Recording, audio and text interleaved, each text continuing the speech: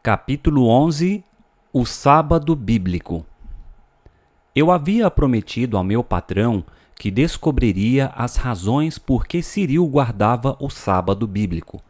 Para poupar espaço, vou omitir os estudos bíblicos que tivemos na quinta e sexta-feiras, exceto o estudo sobre o sábado. De início, Cyril afirmou que as Escrituras Sagradas falam do sábado bíblico como sendo o sétimo dia da semana. Na realidade, o quarto mandamento do Decálogo, escrito pelo próprio Deus, recomenda que nos lembremos de guardar o dia de sábado. O chamado a lembrar se deve provavelmente ao fato de que os homens têm, talvez por causa de suas muitas atividades diárias, a tendência de esquecer até algumas das coisas mais importantes da vida. Abrimos então as nossas Bíblias e juntos lemos o quarto mandamento. Lembra-te do dia de sábado para o santificar.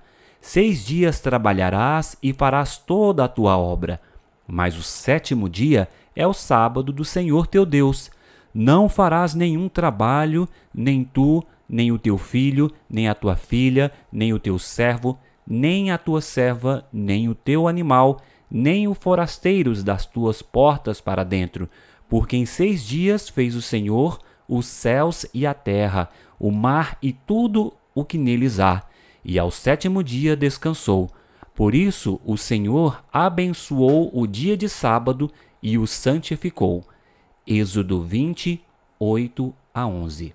Fiquei admirado ao descobrir que o mandamento que ordena observar o dia que Deus abençoou era bem diferente daquele do catecismo católico, com o qual eu estava acostumado. Na verdade, imediatamente eu disse ao casal Grosset: estes não são os mandamentos que eu memorizei quando pequeno. E continuei lendo, no mesmo capítulo: Eu sou o Senhor, teu Deus, que te tirei da terra do Egito, da casa da servidão. Não terás outros deuses diante de mim. Não farás para ti imagem de escultura, nem semelhança alguma do que há em cima nos céus, nem embaixo na terra, nem nas águas debaixo da terra. Não as adorarás, nem lhes darás culto, porque eu sou o Senhor, teu Deus. Êxodo 20, 2-5. Na realidade, eu li todos os 10 mandamentos e achei-os muito mais minuciosos do que as versões do catecismo que eu havia conhecido. É difícil crer que esses são os mandamentos de Deus, deixei escapar. Cyril, usando de fineza e, ao mesmo tempo, sem lhes diminuir a solenidade, disse que esses eram de fato os mandamentos que Deus havia dado aos hebreus através de Moisés. Ele afirmou então, na forma de uma pergunta que abriu e escancarou a questão diante da minha mente: Roger, não quero dar a impressão de um metido e convencido, mas seria possível que os mandamentos com os quais você se familiarizou sejam mandamentos de algum outro Deus? Então, como que por iluminação, minha mente visualizou a assim chamada sala de adoração aos deuses. O querubim caído, o deus dos demônios, havia em eras passadas conspirado contra os mandamentos de Deus para desencaminhar a família humana. Imaginei então os habitantes do mundo inteiro sendo enredados pelo artista mestre do engano. Voltando ao estudo do sábado bíblico, fiquei abalado com a grande ênfase que o Senhor colocou sobre o sétimo dia da semana como o dia a ser honrado. E havendo Deus terminado no sétimo dia a sua obra que fizera, descansou nesse dia de toda a sua obra que havia feito, e abençoou Deus o dia sétimo e o santificou, porque nele descansou de toda a obra que como Criador fizera. Um ponto que, na maneira mais vívida, impressionou minha mente com a solenidade e santidade que o Criador imprimiu ao sábado foi que durante 40 anos o Senhor alimentou diariamente os israelitas, exceto aos sábados. Então disse o Senhor a Moisés: Eis que vos farei chover do céu pão, e o povo sairá e colherá diariamente a porção para cada dia, para que eu ponha à prova se anda na minha lei ou não.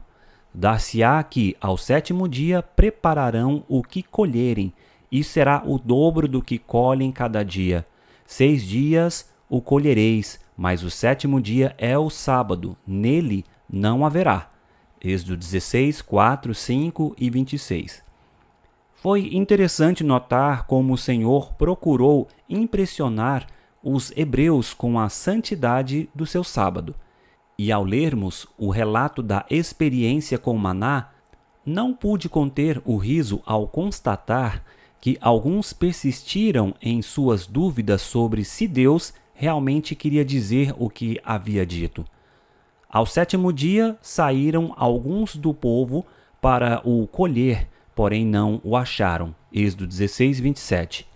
Após termos dado atenção ao que Moisés e os profetas tinham a dizer sobre a questão do sábado, nós nos voltamos para o Novo Testamento para descobrir como Jesus e seus primeiros discípulos se relacionaram com o sábado. Falando de Jesus, o Evangelho de Lucas afirma: indo para Nazaré, onde fora criado, entrou num sábado na sinagoga, segundo o seu costume. Lucas 4,16. Jesus declarou que ao povo judeu que ele é o Senhor do sábado. Marcos 2:28. O Senhor do sábado nunca teve a intenção de que a santa lei de seu Pai fosse jamais mudada. Por exemplo, no seu sermão da montanha, ele não deixou nenhuma incerteza sobre o sólido fundamento em que se assenta a santa lei de Deus. Não penseis que vim revogar a lei ou os profetas. Não vim para revogar, vim para cumprir. Cumprir no original grego vem da raiz pleros, que significa dar o sentido completo. Porque em verdade vos digo, até que o céu e a terra passem, nenhum jota ou tio jamais passará da lei, até que tudo se cumpra. Mateus 5, 17 e 18. Consideramos também os relatos bíblicos dos primeiros discípulos e sua observância do sábado. Depois de lermos muitos textos na Palavra de Deus sobre a observância do sábado da criação, perguntei a Ciril se ele sabia como os cristãos vieram a observar o primeiro dia da semana, o domingo, como o seu dia de repouso. Ele respondeu que a Igreja Católica Romana afirmava ter efetuado a mudança em séculos passados, através do poder que Deus lhe concedeu. Na realidade, a Igreja Católica não se importa que as pessoas saibam que ela mudou os mandamentos de Deus. No domingo seguinte, me dirigi à Biblioteca Municipal de Montreal para fazer uma pequena investigação no Departamento de Religião. Não demorou muito, encontrei um catecismo católico datado de 1930. Nele estavam os seguintes comentários classificados como o terceiro mandamento. Pergunta: qual o terceiro mandamento? Resposta: o terceiro mandamento é: lembra-te de guardar o santo dia do sábado. Pergunta: que dia é o sábado? Resposta: o sábado é o sábado. Pergunta: por que nós guardamos o domingo em vez do sábado? Resposta: nós guardamos o domingo em vez do sábado porque a Igreja Católica transferiu a solenidade do sábado para o domingo. Pergunta: por que a Igreja Católica substituiu o sábado pelo domingo? Resposta: a Igreja substituiu o sábado pelo domingo porque Cristo ressurgiu dentre os mortos num domingo e o Espírito Santo desceu sobre os apóstolos num domingo. Pergunta: com que autoridade a Igreja substituiu o sábado pelo domingo? Resposta: a Igreja substituiu o sábado pelo domingo com a plenitude do poder divino que lhe foi concedido por Jesus Cristo. Pergunta: o que nos ordena o terceiro mandamento? Resposta: o terceiro mandamento nos ordena santificar o domingo como o dia do Senhor. Impressionado com minhas descobertas, decorei a sessão toda. No início da década de 1950, adquiri uma cópia desse mesmo catecismo e a conservo em grande estima. Minha primeira tarefa era trazer ao meu patrão judeu uma explicação das convicções religiosas de Ciril, mas agora minha segunda tarefa era descobrir como e onde os cristãos se tornaram tão envolvidos com o domingo. Isto eu investiguei nos meses seguintes e obtive algumas descobertas surpreendentes. Além do interesse de meu patrão no sábado de Ciril e a minha recém-adquirida curiosidade, houve outros que também foram despertados pelo assunto: os espíritos demoníacos. Na noite do sábado seguinte, quando voltei para casa, eles procuraram restabelecer contato comigo. Naquela sexta-feira à noite, ao concluirmos o estudo sobre o sábado, o casal Grosset me convidou para ir à igreja com eles no dia seguinte. Ciril explicou que ele seria então batizado por imersão e se tornaria um membro da Igreja Adventista do Sétimo Dia. Combinamos que eu viria até a residência deles e dali iríamos juntos à igreja.